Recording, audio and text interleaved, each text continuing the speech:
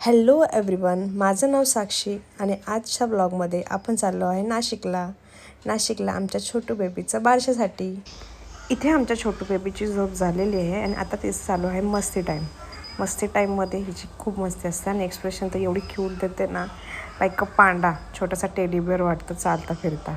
आमच्या पांडाचं next day होतं बारसं आणि त्या बारशामध्ये आमच्या पांडाची एंट्री झालेली आहे। इथे बारशाची स्टार्टिंग झालेली आहे आमच्या बेबीची। आता स्टार्ट करणार आहे आपण बारशाची प्रक्रिया आहे ती इकडे आपण कंप्लीट करतोय। जसं की लहान बाळाला झोक्यावरून खाली घेऊन तिचं कानामध्ये नाव सांगणं आणि इथे फायनली बाळाचं नाव रक्षा ठेवलेलं आहे।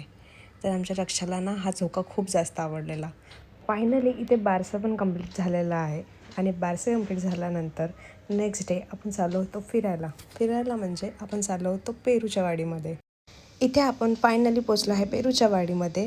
पेरूच्या वाडीचा ब्लॉग बघण्यासाठी कंटिन्यू राहा नेक्स्ट ब्लॉगमध्ये, म्हणजे पार्ट 2 मध्ये। तर भेटूया नेक्स्ट ब्लॉगमध्ये। Bye bye.